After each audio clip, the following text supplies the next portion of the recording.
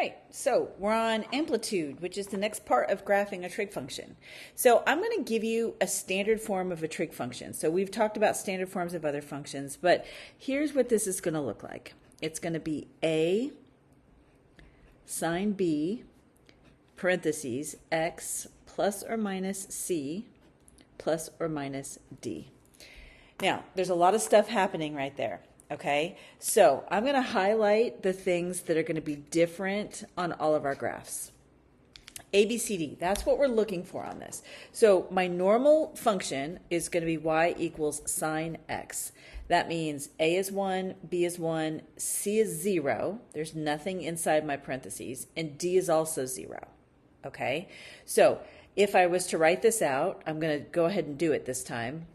So I would have 1 x plus 0 plus 0. So that's kind of, this is saying that I have a 1 here and a 1 here, no shift and no shift. Now, we're going to get to all of this, but what this is like is very similar to if I had a quadratic function. So y equals 3x plus 2 squared minus 4. So if we look at this function, we know that this is going to go left by 2. And we know this is going to go down by 4, and we know that this is my amplitude. So this is my slope, and so this would be up by 3. And it doesn't matter which of our functions, we know that our first point over is always going to be this stretch or this shrink. Okay? Well, this is the same thing. I still have all of these components that I'm going to add. So the first one that we're going to do today is amplitude. So the amplitude is, luckily, our A function, or A value in the function. Okay? So this says we're going to use the calculator to graph the following 3 functions. So go ahead and do that on your calculator. We're doing sine. All 3 of these are sine. I already know what they look like, so while you're plugging those in your calculator, I'm going to go ahead and write those down right here with my scale. And my scale is going to be 0 to 2 pi. So this would be my pi over 2, and this would be my 3 pi over 2. Okay, so go ahead and do that, and then I'll do the same thing here, and then we'll talk about what this looks like.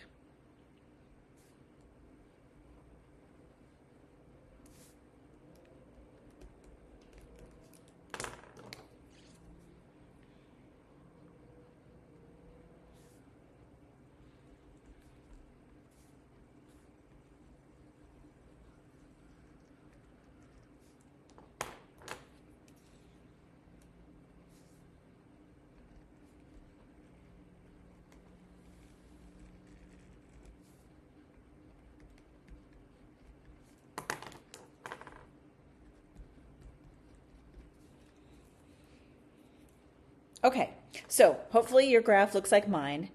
Go ahead and pause the video, sketch this out. And what's important, what you need to see is if I have something that says 3 sine of x, then instead of going up 1, I now go up 3. So this doesn't really look like it's in the middle here, but it should be in the middle, right? This is the middle of my graph as I'm coming down.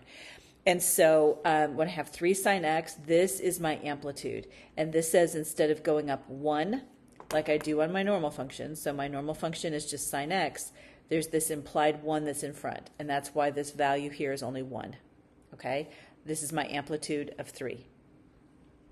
Okay, so the amplitude just tells us our height of our graph. So where is our min or our max? So something that's very important are the zeros stay the same. So even though we are stretching our graph when we do this, my zeros are still always going to be the same.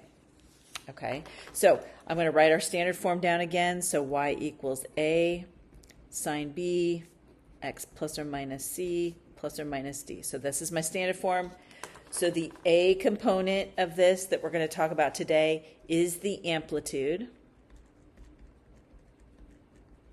And it represents a vertical stretch. So my graph went from here to here, so my graph stretched, and so we call this a vertical stretch. And so you'll see that written sometimes. What is the vertical stretch? Well, the vertical stretch is the amplitude. Okay, so now what we're going to do is we're going to put in our calculator, we are going to go ahead and graph sine of 2x on this first graph. So this one is going to be 2 sine x. So we know that this is pi, this is 2 pi. I'm going to do my zeros first. So first, last, in the middle, and then I go up. Oh, I'm going to go up 2 this time. Sorry, I'm going to go up 2, and I'm going to go down 2. So my graph is going to look like this. Right? My amplitude is 2. So don't count this point right here. Okay? So now what we're going to do, go ahead and sketch this on your calculator, and what you have here is now a negative 2 sine x graph. And I'll go ahead and sketch this as well. First, last, in the middle, and now what happens is I go down 2, and then I go up 2.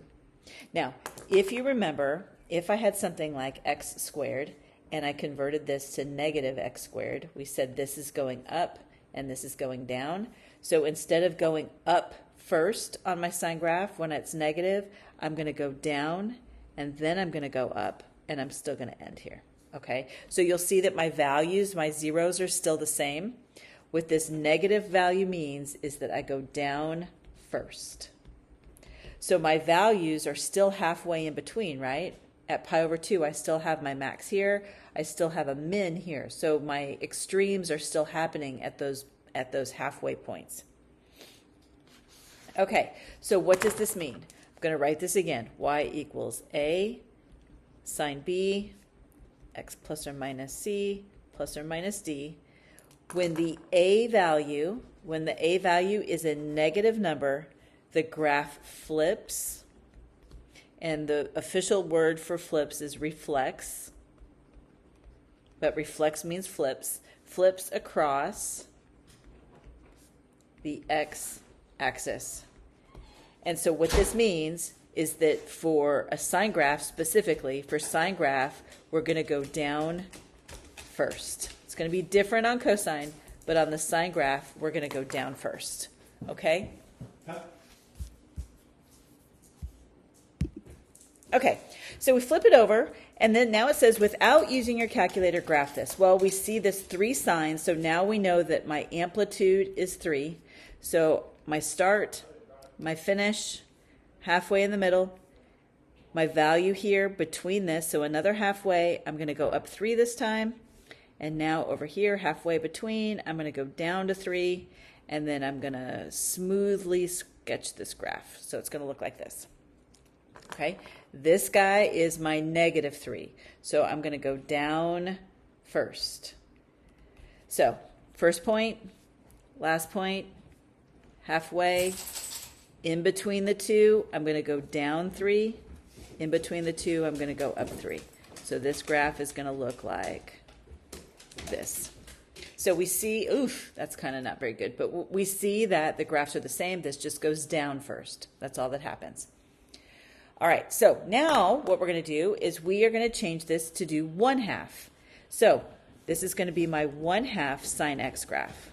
And it is exactly what you think is going to happen. This time I'm only going to go up 1/2. Here I went up 3. Here I'm only going to go up 1/2. So I have my start, I have my finish, I have my middle. Here I'm going to go up 1/2. Here I'm going to go down 1/2. So what you see is that this rotation here is very narrow. So what we would call this is a vertical shrink. If you remember a minute ago, we would call this a vertical stretch. But if my parent function went all the way to 1 and went to -1, my parent function would look like this, right? That little dashed line is my parent function. So what happened? I vertically shrunk my graph, and that's why we would call this a vertical shrink. Okay? Now, just like you would expect, this is a negative value.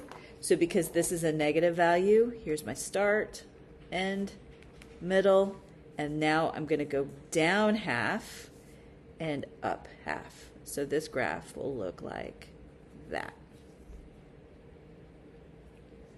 Okay. Now, we're going to take this concept and we're going to now apply it to our cosine graph. So let's graph our cosine, and I'm going to go ahead and put my values back on my cosine graph. So I know that this is going to be pi, and this is going to be 2 pi. And I, on this graph, am going to write pi over 2 and 3 pi over 2. And the reason for that is because, remember, it's your pi over 2 values that have your zeros. So the cosine graph always starts at 1. So if I look at my parent function, this is just y equals cosine x. So my parent function, there's nothing different. I start at 1. I end down here at, so hold on, let me do it this whole way. I start at 1.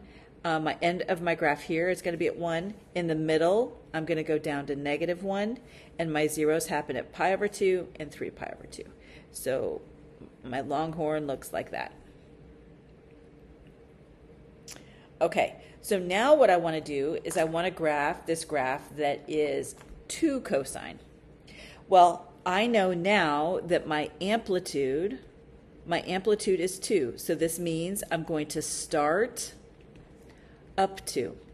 So instead of starting at 1, because technically, remember, this is 1 cosine, that's the implied 1, now my value is going to start here at 2. So that's at 2, and this is at 2, and this is going to be at -2. Now again, the zeros stay. So when we're stretching or shrinking our graph, my zeros always stay the same. So now my graph is going to look like this. So you see we have this vertical stretch. Here was 1. This is my normal cosine graph. Here is 2. Okay, so 2 more things here, and then we'll be done with this set of notes. So this tells us -2 cosine. So when I have a negative cosine, I'm going to start down. Here's my parent function, right? My parent function starts here. Now what's going to happen at -2 cosine x, sorry y'all, my pen's dying. Let me find another one. -2 cosine x, instead of starting at +1, I'm starting at -2. Right? So my parent function is this implied 1. That's why I start at 1. This now I start at -2. My ending value here is going to be at -2. I know these are my zeros, and this value here is now at +2. This value is my +2. So my negative cosine graph is going to look like this.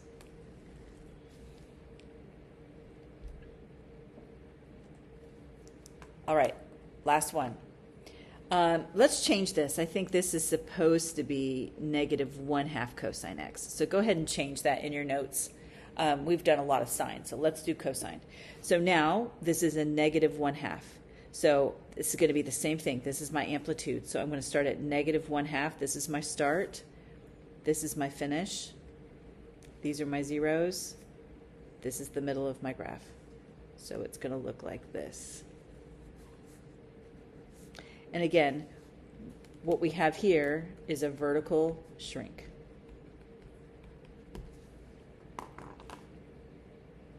All right, that's it for this group of notes.